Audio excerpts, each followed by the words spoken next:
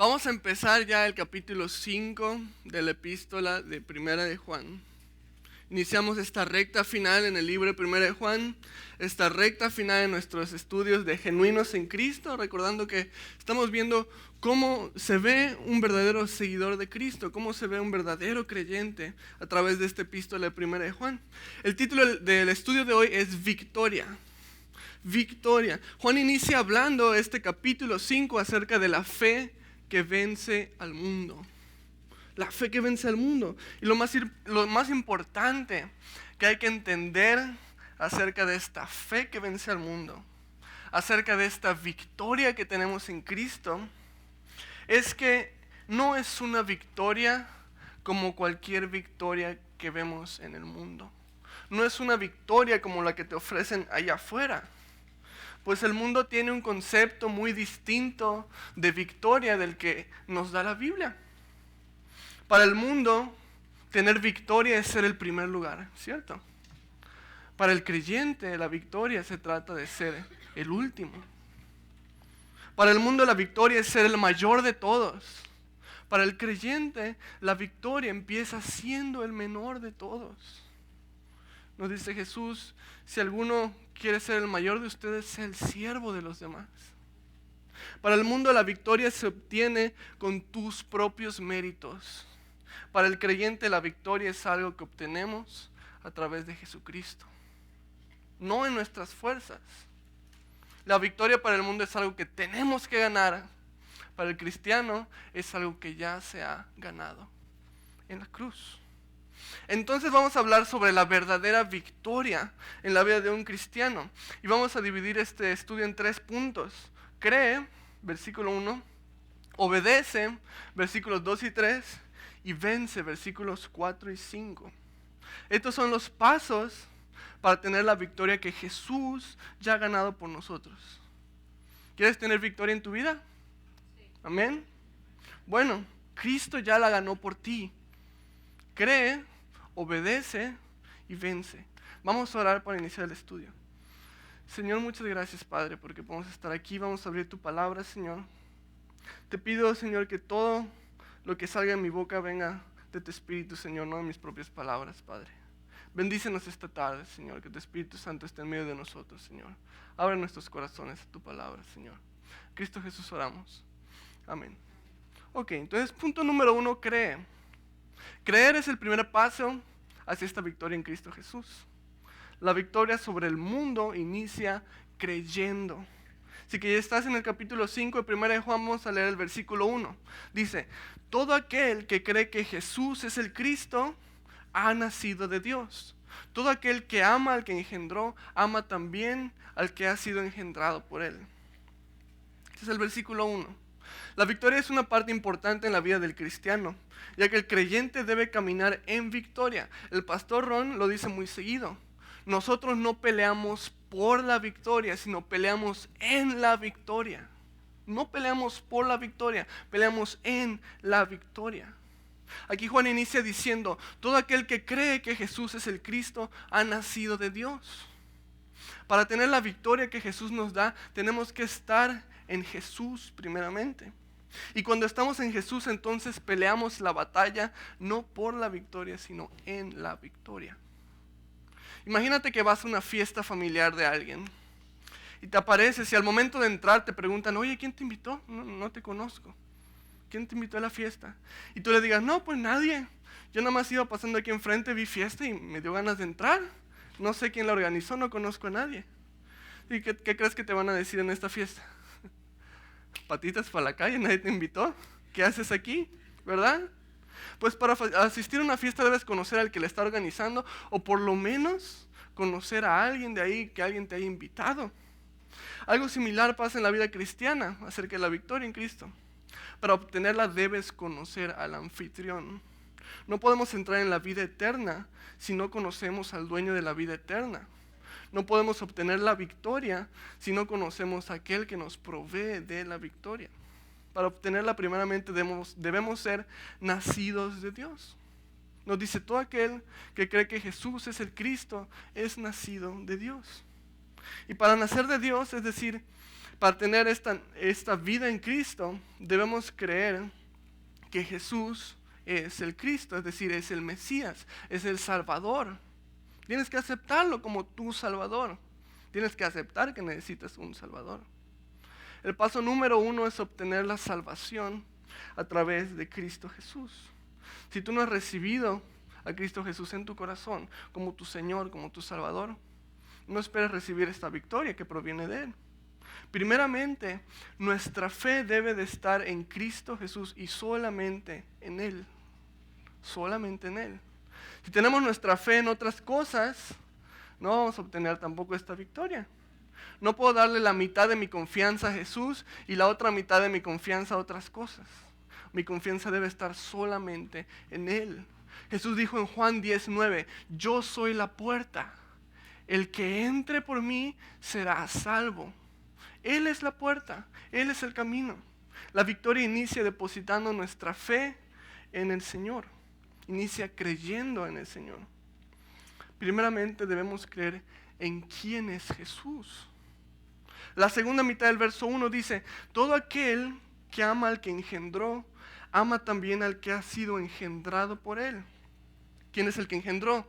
Dios Padre. ¿Quién es el que ha sido engendrado? Jesucristo. Puesto de otra manera, el que ama a Dios Padre, ama también al Hijo. Porque ambos son uno mismo. De manera que Jesús es Dios. Jesús dijo, yo y el Padre uno somos. Debemos creer en quién es Jesús. Jesús es Dios.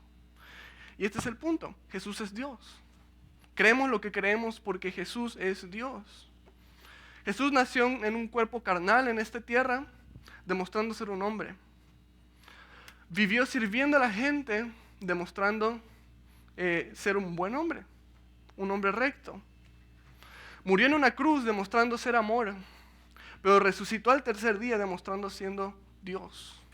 Resucitó. Él es Dios. Él venció la muerte. Nadie le quitó la vida, dice Juan 10:18. Nadie me quita la vida. Yo tengo el poder para ponerla y para volverla a tomar.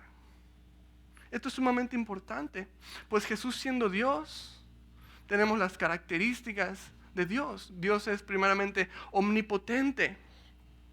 Quiere decir que Él puede hacer todas las cosas. Lucas 1:37 dice, para Dios nada es imposible.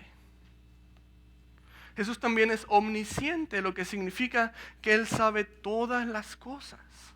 Todas las cosas, todo el conocimiento, todos los corazones, todas las mentes. Dios sabe todas las cosas. 1 Juan 3:20 nos dice, Dios es mayor que tu corazón y Él sabe todas las cosas.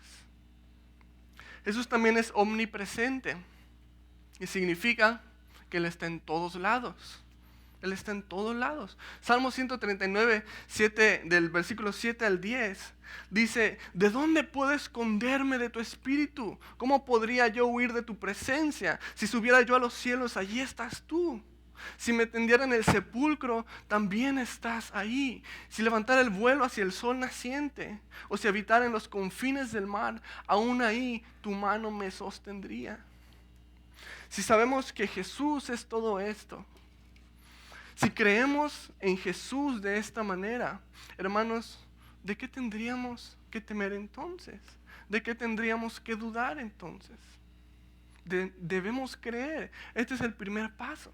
Romanos 8:31 dice, ¿qué pues diremos? Si Dios es por nosotros, ¿quién contra nosotros? La victoria ya la ha ganado Cristo en la cruz. Tenemos que creerlo. Te voy a pedir que repitas esto después de mí. ¿Están listos? A ver quién está despierto y quién está dormido. Dale un codazo al que está al lado para ver si sigue despierto. Si ya lo dormí. ¿Ok? Repite esto. Si Dios es por nosotros, ¿quién contra nosotros? Otra vez. Si Dios es por nosotros, ¿quién contra nosotros? Amén. Amén. Los que hablan inglés están ahí batallando. Amén, creamos esto, créelo. El Dios creador del universo es por ti y no contra ti. El Dios que nos dice la palabra midió las aguas en el hueco de su mano. Es por ti y no contra ti. El que midió los cielos en la palma de su mano es por ti y no contra ti. pesó con balanza los montes y las colinas, nos dice su palabra. Ese Dios es por ti, imagínate. O no te imagines, mejor créelo, porque es verdadero, es cierto. ¿Qué le vas a decir a tus problemas? ¿Qué le vas a decir a tus tribulaciones? ¿Qué le vas a decir a tus necesidades, a tus enfermedades? Todas estas cosas son pasajeras, pero tu Dios es eterno. Amén. Hay un dicho que se ha vuelto muy popular últimamente que dice, no le digas a Dios cuán grandes son tus problemas, dile a tus problemas cuán grande es tu Dios. Y me encanta, es cierto, Dios es mayor que todo esto. Yo no sé cuáles son las circunstancias que cada uno esté pasando. No puedo saber cuáles son sus problemas personales por los cuales estén atravesando en este momento de su vida. Pero sí te puedo decir algo acerca de los problemas. 1, todos los tenemos. 2, son temporales. Y 3, nada se compara con la gloria que viene en Cristo Jesús. Amén. Es lo que nos dice Romanos 8:18. Pablo dice, no tengo dudas que las aflicciones del tiempo presente en nada se comparan con la gloria venidera que habrá de revelarse en nosotros. No tengo dudas, dice, las aflicciones sí están feas, están gachas, pero en nada se comparan con lo que ha de venir. No importa el problema, no importa la situación. Cree en Jesús. Cree en que Él es Dios, todopoderoso. Está en todos lados. Él sabe todas las cosas. Y nos dice Jeremías que Él tiene pensamientos de bien para ti y no de mal, para darte un futuro y una esperanza. Él es tu fortaleza. Él es la vid, nosotros somos los pámpanos. ¿Qué dice? Separados de Él, nada podemos hacer. Pero estando con Él, Él es nuestro buen pastor. Salmos 27:1, el Señor es mi luz y mi salvación, ¿de quién temeré? El Señor es la vida y la fortaleza, ¿de quién he de atemorizarme? Créelo, Él es la victoria. Y este es el primer paso hacia la victoria, el creer en Él, el creer en Él. Si no creemos primero, no vamos a poder caminar en victoria. No vamos a poder obtener esta victoria sobre nuestros problemas, en nuestras vidas, sobre las tentaciones. Tenemos que creer primeramente. Y el segundo paso, pasando al segundo punto de nuestro estudio, es obedece. Obedecer. El libro de Santiago nos dice que la fe sin obras es una fe que está muerta. La fe que no va acompañada de acciones es una fe que está muerta. Creer fue el primer paso, pero una vez que ya hemos creído, hay acciones a tomar. Se dice que en el ejército de Alejandro el Magno, el gran conquistador, en su ejército había un soldado que no era muy valiente, que de hecho este soldado era un cobarde, un miedoso. Y Alejandro Magno se dio cuenta que en su ejército había un cobardito por allí y no le gustó para nada. El gran conquistador, ¿cómo va a tener un soldado cobarde en su ejército? Entonces se le acerca y le pregunta algo que empeoró las cosas todavía más. Le dice, soldado, ¿cuál es tu nombre? Y el soldado le dice, me llamo Alejandro. Chin, se llama igual que él. Y Alejandro Magno dice de la historia que le dice, soldado, o va y pelea o se cambia el nombre. No puede llevar mi mismo nombre. Y vemos que este soldado llevaba el mismo nombre del conquistador, pero era una cosa totalmente distinta, no le daba honor a su nombre. No sé si a ti te ha pasado, pero yo como maestro, también me ha pasado en otras ocasiones, que hay un típico niño que se llama Ángel.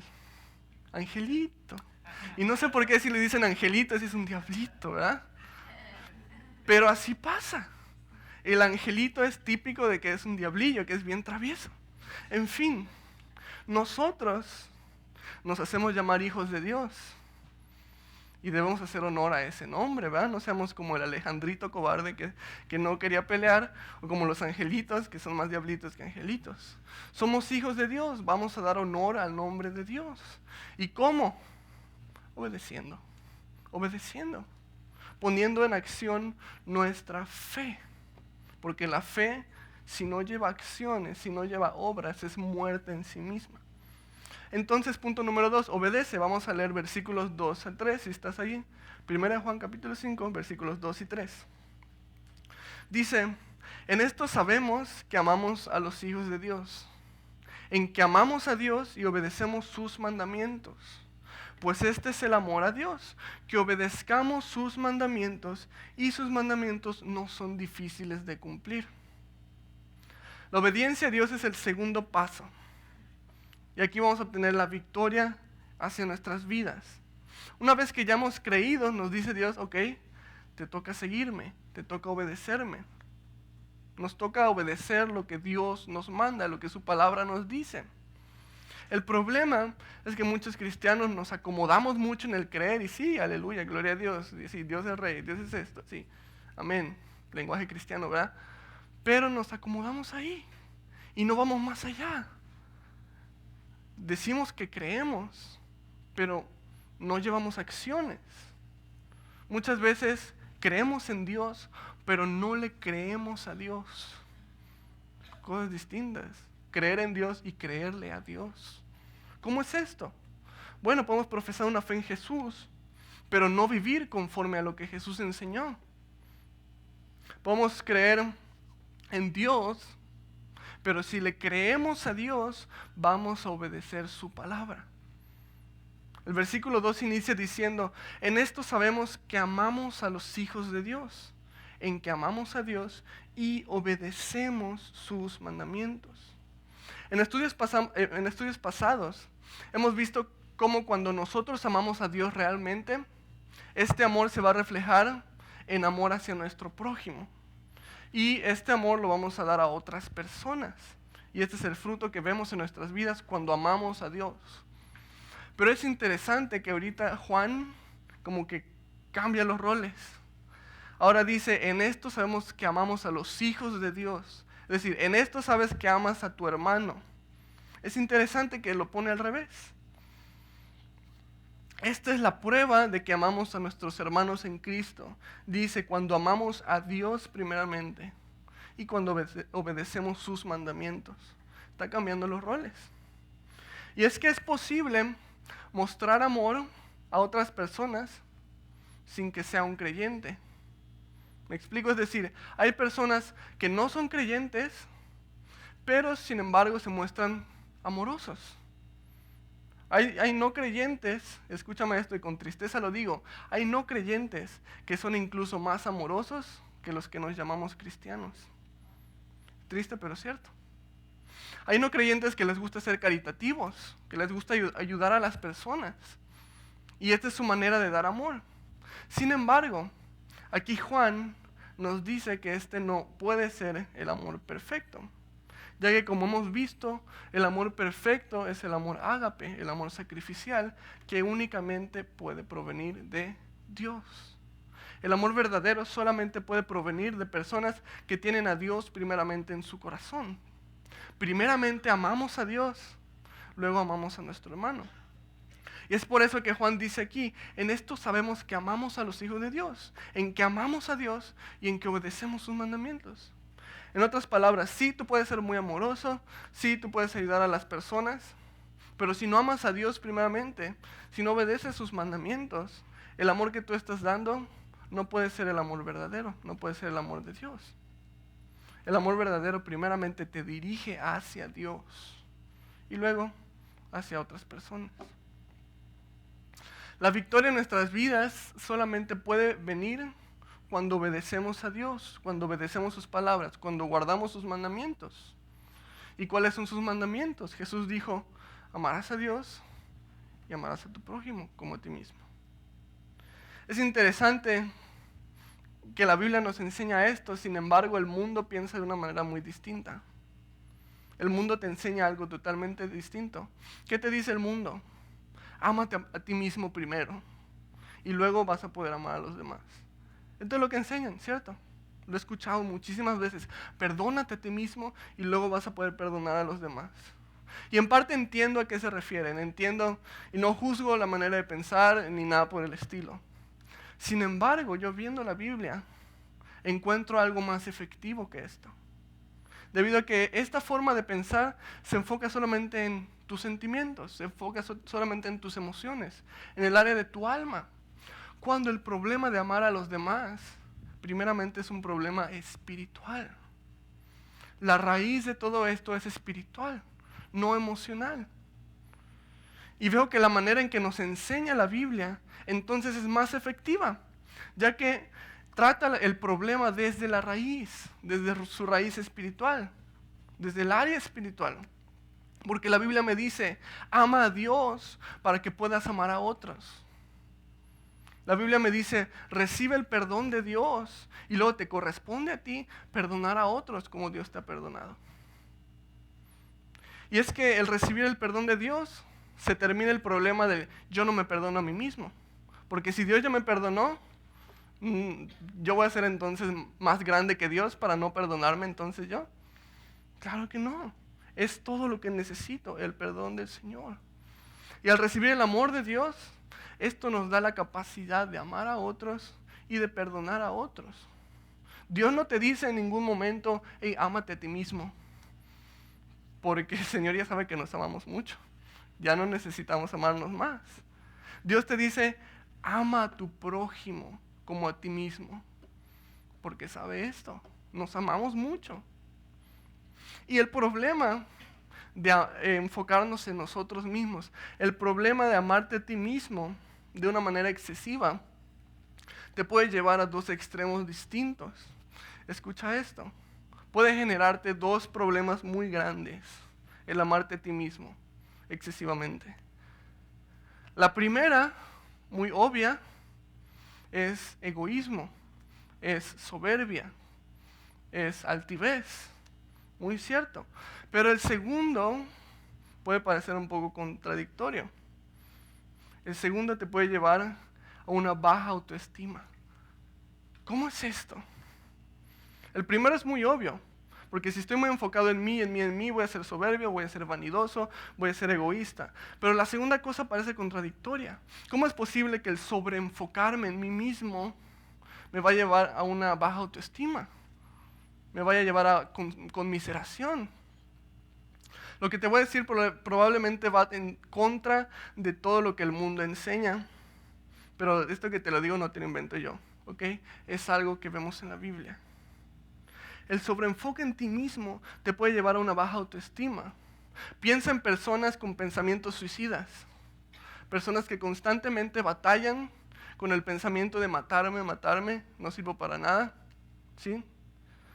Una persona que batalla con todas estas cosas es una persona que vive en frustración. Y siempre hay muchos factores externos, ¿verdad? Siempre ha habido abusos, siempre ha habido traumas, siempre ha habido distintas cosas a lo largo de su vida que lo llevan hasta este punto. Y lo que pasa es lo siguiente. Yo soy muy infeliz. Yo he sido muy lastimado. Yo he sufrido mucho. Yo no tengo ningún talento. Yo soy un bueno para nada. Yo no le hago ningún bien a la humanidad. Yo debería dejar de existir. ¿Te das cuenta qué es lo que está pasando en su mente? Hay un sobreenfoque en uno mismo. Y esto lo lleva a extremos suicidas. Pues ¿en qué momento una persona con estos pensamientos va a pensar en los problemas de alguien más? ¿En qué momento una persona con este pensamiento va a pensar, ¿será que mi mamá esté bien? ¿Será que mi hermano se siente igual que yo? ¿Será que si yo me suicido mis hijos van a poder estar bien sin mí? ¿Acaso estas personas se ponen a pensar en esto? Al contrario, vemos incluso padres, madres que deciden suicidarse, pero no solo matarse ellos mismos, sino matar a su familia juntamente con ellos. Estas personas están tan enfocadas en sí mismas que ya no pueden pensar en el bienestar de nadie más. Y hermanos, esto es lo que el sobreenfoque en nosotros mismos nos puede llevar a estos extremos, a la soberbia, al orgullo y demás, pero también a una baja autoestima, extremos de conmiseración, pensamientos suicidas. Podemos tener la victoria sobre estas cosas. Si hay alguien padeciendo por pensamientos suicidas, puede tener la victoria sobre esto en su vida. Si quieres tener la victoria sobre esto, la solución es dejar de enfocarse tanto en uno mismo y enfocarse en Dios. Y luego en los demás. ¿Quieres tener la victoria sobre todos estos problemas? Obedece los mandamientos de Dios. A esto viene todo, a la obediencia una vez más. Pues Dios nunca dijo, ámate a ti mismo, sino dijo, amarás al Señor tu Dios con todo tu corazón, con toda tu alma y con toda tu mente. Y amarás a tu prójimo como a ti mismo. Y aquí está la victoria, mi hermano. Una vez que ya le hemos creído al Señor, ahora le obedecemos. Esa es la victoria. No enfocarnos en nosotros mismos, enfocarnos en Dios, obedecer a Dios, creerle a Dios. Y continuando en el versículo 3, si sigues ahí, continúa diciendo, este es el amor a Dios, que obedezcamos sus mandamientos, y sus mandamientos no son difíciles de cumplir. Este versículo lleva dos verdades tremendas. La primera ya hemos hablado de ella en otros estudios. Lo primero que veo en este versículo es que nuestro amor a Dios se demuestra por medio de la obediencia. Nuestro amor a Dios se demuestra por medio de la obediencia. Si usted ama al Señor, demuéstrelo obedeciendo su palabra. ¿Ok? Pero si usted lleva su vida en desobediencia a lo que Dios dice en su palabra, hermano, yo no le voy a creer que usted ama al Señor. Pues aquí me dice que el amor a Dios es obedecer sus mandamientos. Si yo amo a Dios, lo voy a obedecer. No significa que no podamos fallar, pero una cosa es fallar y otra cosa es llevar una vida que va en contra de la palabra de Dios. Fallar, todos fallamos. Yo creo que nadie aquí diga, yo nunca fallo. Mentiroso, ¿verdad? Ya fallaste, ya mentiste. Pero fallar es una cosa. Pero yo no puedo vivir en estos pecados. Yo no puedo vivir viendo pornografía. Yo no puedo vivir diciendo mentiras toda mi vida. Yo no puedo vivir en adulterio. Yo no puedo vivir en fornicación. Una cosa es fallar, pero otra cosa es llevar un estilo de vida en el pecado. Si yo amo a Dios, debo obedecer su palabra. Si usted ama a Dios, obedezca sus mandamientos, mi hermano. La segunda verdad que veo en este versículo es que nos enseña que cuando amamos a Dios, verdaderamente, sus mandamientos no se nos hacen difíciles de cumplir. Déjame leértelo una vez más. Dice, pues este es el amor a Dios, que obedezcamos sus mandamientos y sus mandamientos no son difíciles de cumplir. Cuando tú no amas a Dios, se te va a hacer difícil cumplir sus mandamientos. De acuerdo con Warren Wiersbe, un comentarista muy reconocido, un predicador, dice que hay 3 motivos por los cuales un hombre obedece a Dios. 3 razones que un hombre encuentra para obedecer a Dios. Pero no todas las razones son muy buenas. La primera que describe este hombre dice, temor. Muchas personas obedecen a Dios por temor. Temor a las consecuencias que podamos vivir si desobedecemos a Dios. ¿Verdad? Como decía la abuelita, no desobedezcas porque Diosito te va a castigar. Esa es la primera razón por la que muchos hombres obedecen a Dios. Por miedo, por temor. Me da miedo que algo vaya a salir mal si desobedezco a Dios. Me da temor que Dios me vaya a dejar de dar bendiciones en mi vida si lo desobedezco, si fallo. Pero obviamente el temor no es un muy buen motivo para obedecer a Dios. No es el mejor motivo para obedecerlo. Sin embargo, muchos creyentes tratan de seguir los mandamientos de Dios por temor a Dios. Y el temor de Dios no es esto. El temor de Dios no es tenerle miedo a Dios.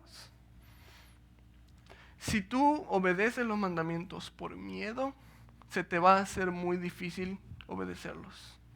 Se te va a hacer imposible obedecerlos. Porque esta no es la razón por la que debemos obedecer a Dios. El segundo motivo por la que un hombre puede obedecer a Dios es por interés.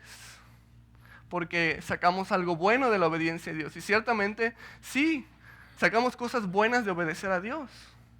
Este es un motivo muy común por la cual muchas veces obedecemos a Dios. Sabemos que nos va a ir bien. Sabemos que cuando obedecemos a Dios, Dios nos va a bendecir. Y no es malo querer las bendiciones de Dios, al contrario, es muy bueno. Todos deberíamos querer las bendiciones de Dios. Todos debemos desear las promesas de Dios en nuestras vidas. Pero esta no es la mejor motivación para obedecer los mandamientos de Dios. Pues cuando esta es nuestra motivación, cuando el interés es nuestra única motivación para seguir a Dios, se nos va a hacer muy difícil, se nos va a hacer muy fácil decir, bueno, no pasa nada si esta vez hago este pecadito. Se nos va a hacer más fácil eso. ¿Por qué? Porque pues yo he obedecido a Dios toda mi vida. Si una vez no lo obedezco, no creo que me vaya a castigar muy feo Dios, ¿verdad? Entonces se nos va a hacer más fácil desobedecerlo. El hecho de que obtengamos cosas buenas por la obediencia no significa que este debe ser el motivo para obedecer a Dios. El tercer motivo por el cual un hombre obedece a Dios para mí es el ideal.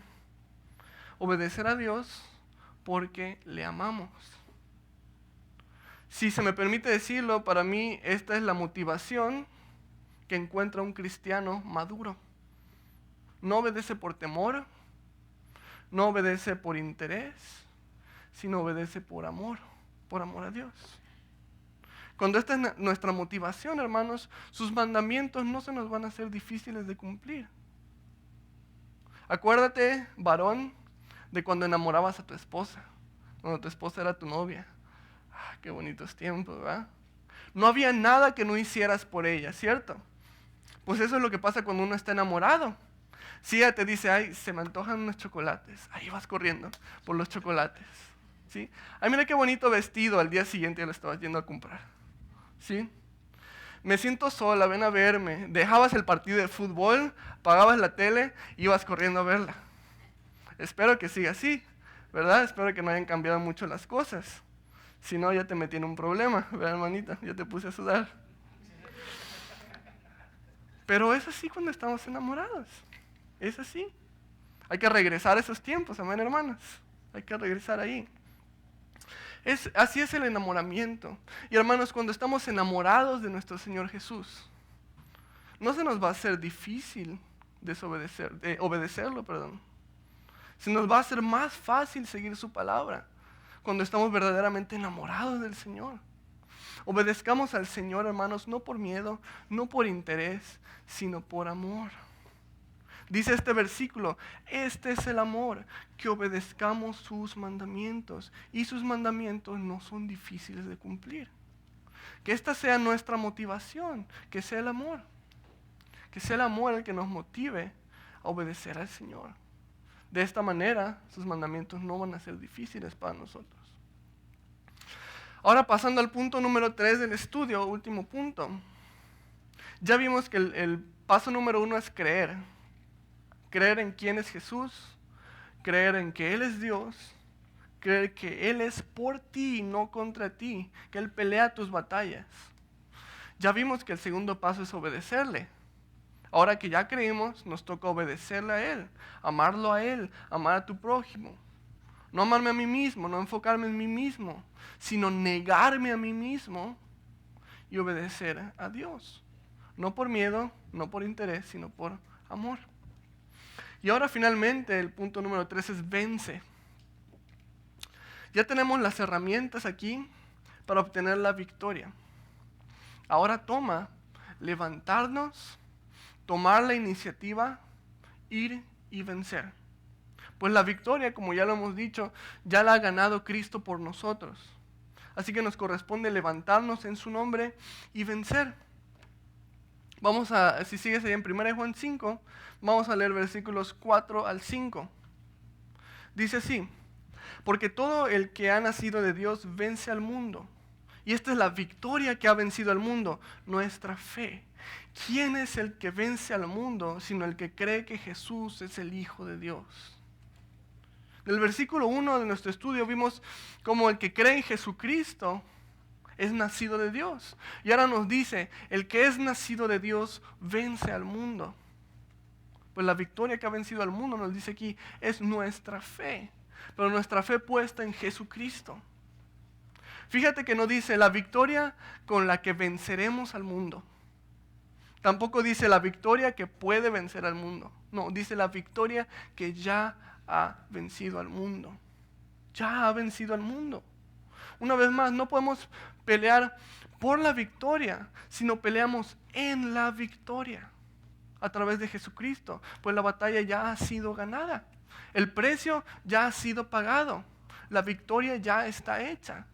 Nos corresponde creer, obedecer y tomarla. Tomarla. Hermanos, Satanás ya tiene su sentencia dictada. Si tú vas al libro de Apocalipsis, te vas a dar cuenta que él ya ha sido sentenciado al lago de fuego, al infierno. Ya no le queda de otra. Ya perdió la batalla, ya está escrito en el libro de Apocalipsis.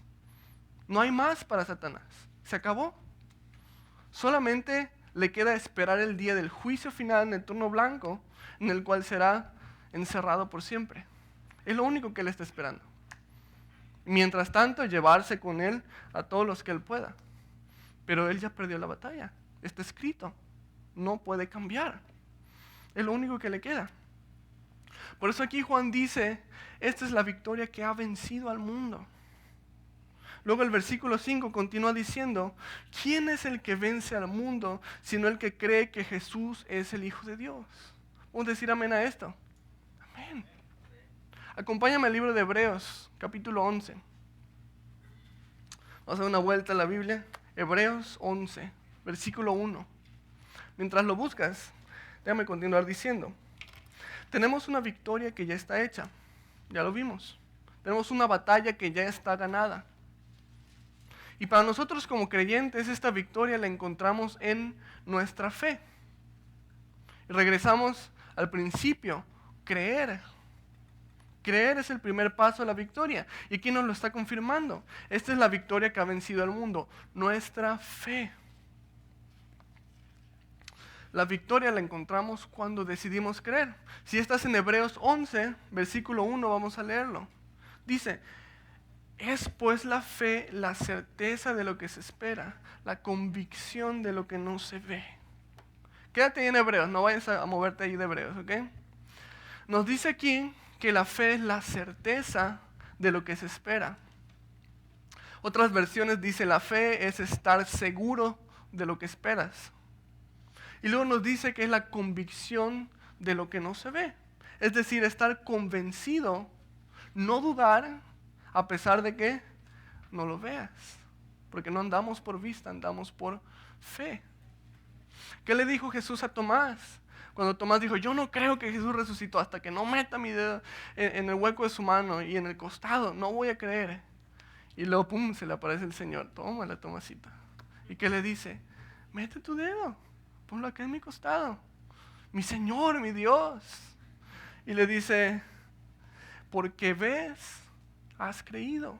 Pero bienaventurados son los que no vieron y sin embargo creyeron. Dijo Jesús, son más felices aquellos que sin haberme visto creen en mí. Y esta, hermanos, es nuestra victoria. Quisiera terminar el estudio con el ejemplo de un hombre en la Biblia que nos ha demostrado la victoria a través de la fe. Y estoy hablando de Abraham. Así que si te quedaste ahí en Hebreos, capítulo 1, capítulo 11, ya me estoy yendo a otro capítulo, capítulo 11, versículos 17 a 19, nos da el ejemplo de Abraham. Si estás allá, dice así, por la fe, Abraham, cuando fue probado, ofreció a Isaac. Y el que había recibido las promesas ofrecía a su unigénito, habiéndosele dicho, en Isaac te será llamada descendencia, pensando que Dios es poderoso para levantar aún de entre los muertos, de donde en sentido figurado también le volvió a recibir. Y aquí está el ejemplo de un hombre que obtuvo la victoria por medio de su fe y por medio de su obediencia. Aquí vemos los pasos claramente. Abraham creyó, Abraham obedeció y Abraham venció. ¿Por qué? Porque cuando Dios le hizo la promesa a Abraham, que él iba a ser padre de muchas naciones, que su descendencia, le dijo el Señor, tu descendencia van a ser como las estrellas del cielo. ¿Puedes contarlas? Le dijo, no, así va a ser tu descendencia. Y al principio le costó trabajo creer, ¿verdad? Incluso vemos la historia de que Sara, su esposa, hasta se rió del Señor. ¿Por qué? Porque era estéril, porque no podía tener hijos. Pero creyeron al Señor después de un tiempo que les tomó, ¿cierto? Pero Sara dio a luz un niño cuando Abraham tenía ya 100 años de edad. Híjole, ¿cómo le hizo? ¿Quién sabe? Un milagro. Abraham creyó. Abraham creyó, mas no se quedó solamente en que creyó. Porque Dios le pidió, Abraham, quiero que me des a tu hijo Isaac. Quiero que lo sacrifiques. Quiero que hagas un holocausto para mí con tu hijo. Quiero que me des a tu único hijo. Y vemos que Abraham obedeció. Y fue y estaba dispuesto a sacrificar a su propio hijo por obedecer a Dios. Y vemos que ya lo tenía atado, ya lo tenía preparado. Y vemos que en el momento en el que ya le iba a dar el cuchillazo, el ángel del Señor le dijo, Abraham, tranquilo, no te emociones. Ya vi que me amas. Ya vi que me obedeciste. No tienes que matar a tu hijo. Dice que proveyó otro sacrificio, otro cordero. Entonces, vemos que Abraham fue probado en su fe y fue probado en su obediencia. Y vemos que Abraham venció. Abraham venció. La promesa se hizo realidad. Su hijo Isaac vivió. Es padre de naciones. Hasta tenemos una canción en la escuelita bíblica, ¿verdad? Padre Abraham, muchos hijos tiene Padre Abraham. No me acuerdo cómo va la tonadita, así que no la voy a cantar. Pero es cierto. Él recibió la promesa, él venció. Dice aquí que Abraham confiaba tanto en Dios que él sabía, ok, si mato a mi hijo, Dios lo puede resucitar de los muertos, así que no voy a dudar. Incluso pensando en que si Isaac moría, Dios era poderoso para resucitarlo. ¿Por qué? Porque Dios había prometido, serás padre de muchas naciones. Dios lo va a cumplir. Si Dios lo dijo, Dios lo va a cumplir, aún teniendo que resucitar a Isaac de entre los muertos. Esta era la fe de Abraham. Y él creyó, obedeció y venció. Y esta es la exhortación del día de hoy, hermano. Cree, obedece y vence. Cree en Jesús, el Hijo de Dios. Cree en sus promesas, cree en su poder. Obedece a sus mandamientos, obedece a su palabra. Ámalo primeramente a Él. Ama a tu prójimo. Y luego vence. Esta es la victoria que ha vencido al mundo. Nuestra fe. Nos dice aquí, ¿quién es el que vence al mundo sino el que cree que Jesús es el Hijo de Dios? Creamos, obedezcamos y venzamos. Amén. Vamos a orar.